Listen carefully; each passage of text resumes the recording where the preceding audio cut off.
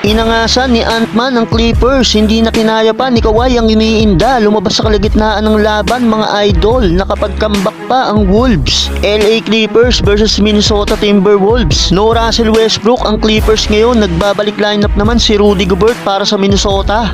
Well, first quarter, unang puntos sa Clippers, first 2 points naman ng Wolves mula sa transition layup ni Ant-Man. Maaga namang nag-init ang shooting ng Clippers beyond the arc, kung saan isang tres para kay PG-13, dalawa naman ang binitawan ni Harden. Pumahabol pa ng isang tres si Kawhi, 5 straight points para kay Leonard. Maagang takeover mode para sa Clippers, kung saan hawak na nila kaagad ang double digits lead, 34-21 end of first quarter.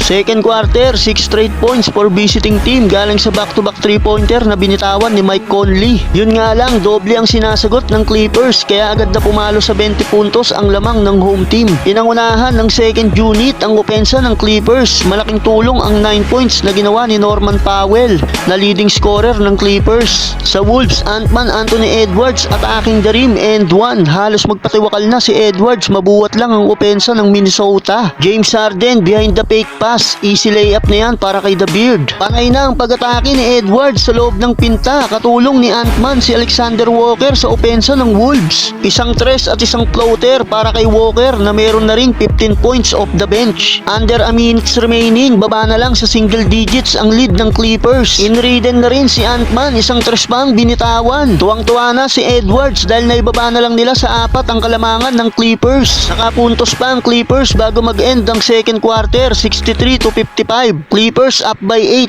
Well, bago mag-start ang third quarter, hindi na namataan pa si Kawhi Leonard sa bench ng Clippers. Matapos maglaro ng maikling minuto ni Leonard sa first quarter, kung saan huling namataan ito. Mukhang hindi na kinaya ang iniinda nitong injury.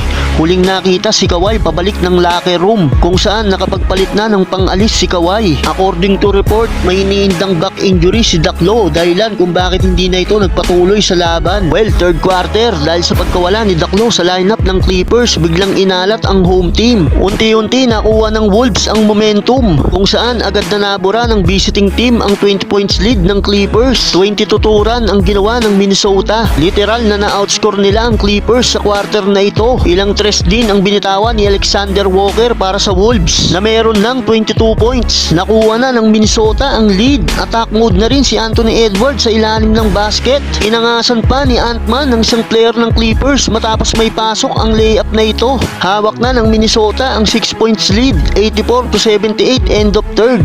Last and final quarter, tuluyan ng lumamig sa opensa ang Clippers. Unti-unti na rin silang ibinabaon ng visiting team. Akyat na rin sa double digits ang lamang ng Wolves. Umakana na rin ng tres si Mike Conley para sa Minnesota. Bumabawi pa naman bahagya ang Clippers, kaya lang hawak na ng Wolves ang momentum. Takeover mode na rin si Anthony Edwards para sa Wolves. May 30 points na si Ant-Man, papalabo palalo ang lead ng Wolves. Sa uli, hindi na kinaya pa ng Clippers na makahabol pa. Panalo ang Minnesota sa isang comeback win, 118-100. Sa likod ng 37 points, 8 rebounds, 4 assists ni Ant-Man Anthony Edwards. 28 points kay Alexander Walker, 23 naman para kay Mike Conley.